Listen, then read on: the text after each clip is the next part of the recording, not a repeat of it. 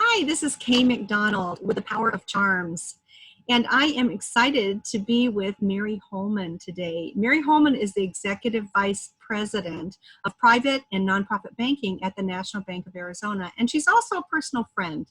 Mary and I met years ago and have worked on lots of projects together. And I wanted to pick her brain a little bit and get her wisdom about the power of collaboration and helping develop leadership and kindness in the workplace for other women. I've always seen you in action, Mary, and I thought this would be a great opportunity for us to share maybe some of your tips and tricks with women that are coming up in the workplace. Thanks, Kay. Glad to be here. Love to. Yeah. So it's funny. So I own my own business, and which is Charity Charms, and I am a client of your bank. So we are clients and friends and cohorts, and it's interesting how we've been able to collaborate on lots of different things together. We belong to similar groups. We're in a really great group called the Know Women, which is started here in Phoenix and is now nationwide. And that is just women that come from all different areas of business. And then we also belong to 100 Women Who Care, which is a great group where we get together on a quarterly basis, listen to nonprofits, and then everybody makes a donation. It's wonderful. I know you belong to several other groups too, and I want you to talk about how belonging to those groups and having those networks with other women is part of your whole collaboration ideology. That'll be fun. I'd love to talk about this. I think many of us do this. We collaborate together without even knowing it. But it certainly is something that's been a part of my life for a very long time without even knowing it in the beginning. And but over time you realize that you can do so much through collaboration. It's a word I think that's sometimes overused. We hear it a lot, to collaborate. But truly, if done right, can be so very powerful. And it's just connecting one person to another or one organization with another. It's not really that difficult, but can be so very successful. Right. Well, one of the things that we've been working on recently together that I think has been fun and has really shown the power of collaboration is the Key to Strength campaign. And this is a campaign that Charity Charms kind of masterminded, where we unite or bring together a company with a charity in need. Then we take the resources from all of us, put them all together, and create a unified story to help raise awareness and funds for an important cause. And one of the things that I think was so wonderful is, as a bank, you guys really did special outreach. You did social media, you did videos, and you reached out to clients. And so it was kind of a new way for you to collaborate with a nonprofit. Do you want to have any takeaways from that experience?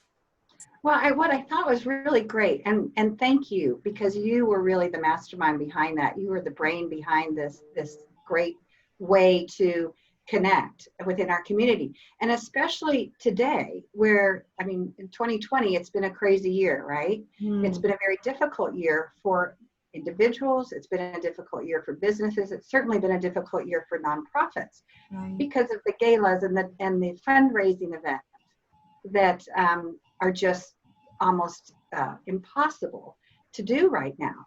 So the Key to Strength was a great way for the bank to participate along with our community and with some of our other clientele about what's needed in our community. And so we were able to do that because we do have an outreach of social media. We do have a number of different ways in which to message to the community. So without having to spend thousands and thousands of dollars, we were able to use our leverage within the community to get the word out about a nonprofit in need and who we could all help and support. So it was great. It was a great way to do it.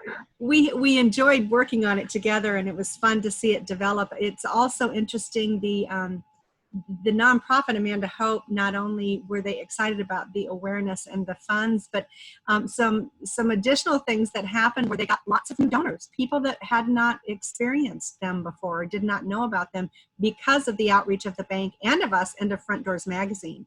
So we had like a whole group of people and entities collaborating to create this fun new awareness option for them. And then also they had people that were donating were also saying they'd like to volunteer, which that's always a really big need for charities. And it was one of kind of a fun spinoff that they hadn't really expected. So anyway, that campaign that we have put together is still going through the end of September, and will continue through the holidays. It's, if anybody wants to see it, it's on the Charity Charms site under Key to Strength. But let's move forward and talk more about collaboration. So, for you, it just seems to come so naturally. And I've teased you about this before, but it's a gift. I mean, and you can acquire it, you can work on it. I don't know if it just came to you naturally, but were you like a natural leader growing up? Were you like in a sorority? Were you the school president? How did this all develop? Well, thank you for your comments. I really didn't even think about it until you started asking the question, so how did this come to be? And I did actually, when I was in high school, I was active. I was the treasurer of the high school. My father was in politics, so I saw how my father had to collaborate. I mean, when you're in politics, you are, at least you should be. Yeah, right. You're doing it right.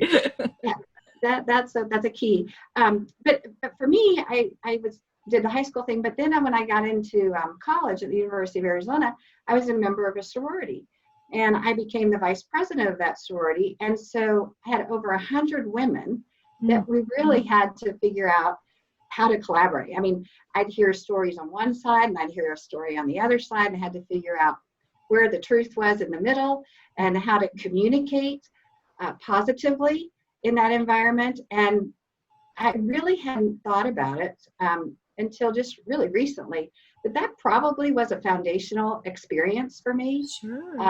And especially as my career has unfolded, and I'm still in a lot of women's organizations, and I think it just came naturally because of that sorority experience that I had, many years ago.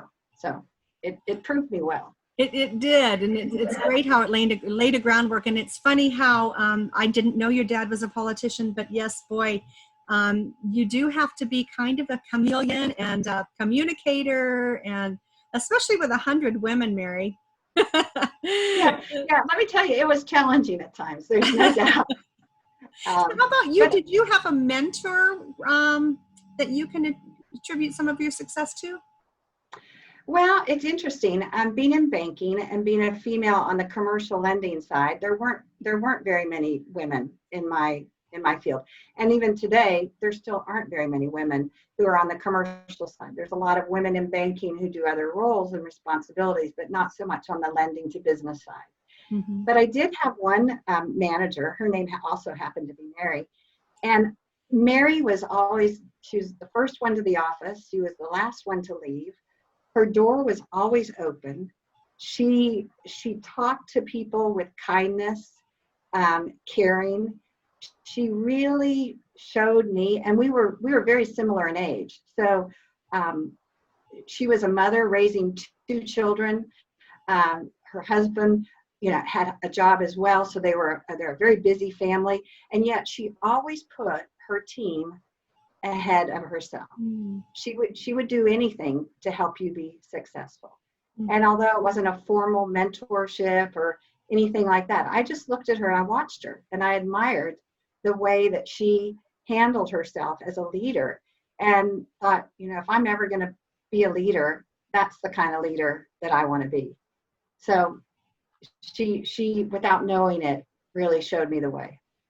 Well, and that's such good advice for young women coming up in the world and wondering how they're going to be successful. You are a very successful leader, and I wonder what words would you use to describe your leadership style? So I think of my leadership style, I believe, is I lead from behind Mm. I believe that it's my responsibility to have everybody in my team be successful. And so I do whatever I can to help them be successful and for them to be out front. If there's a roadblock, I certainly come in and I try to eliminate the roadblock. But I want my team to feel that they always have my support, that I always have their back. We may not always agree, but we can communicate through those disagreements, right? Because it's not always going to be rosy. But you communicate through those disagreements with the purpose of their success always in mind. How to make them as successful as possible within their field and their scope. Oh. That's Well, what's important. that is definitely a good description of you. I, of course, you're not my boss, but I've seen you in action, and I've seen your kind and gentle leadership style, and I think it's something that many young women would like to emulate, because I think sometimes they feel like they have to be strong and bold and aggressive, and that's not necessarily the case. Using, your communicative and collaborative skills has brought you where you are. And my special friend, Mary Holman, I'm very, very proud to know you, and I've had a lot of fun working on projects with you, and I look forward to doing things together in the future. And thanks so much for your time today. Is there anything that you would like to add? Well, first, thank you, Kay. I feel the exact same about you. I would just encourage women to, especially as they're starting their career, no matter what the industry, whatever the field, look for somebody that they respect and admire. And then even if it's a male or female, but find a good mentor, find somebody that you respect and that you want to learn from them. I didn't do that because I didn't know to do that. I hadn't had anybody providing me with that guidance. So I think that would be the one little nugget I would encourage anybody who really wants to move forward to do. I think that's great sage advice and a super, super great nugget. Well, Mary, thanks so much. I appreciate your time. And again, thanks for being a guest on the Power of Charms podcast.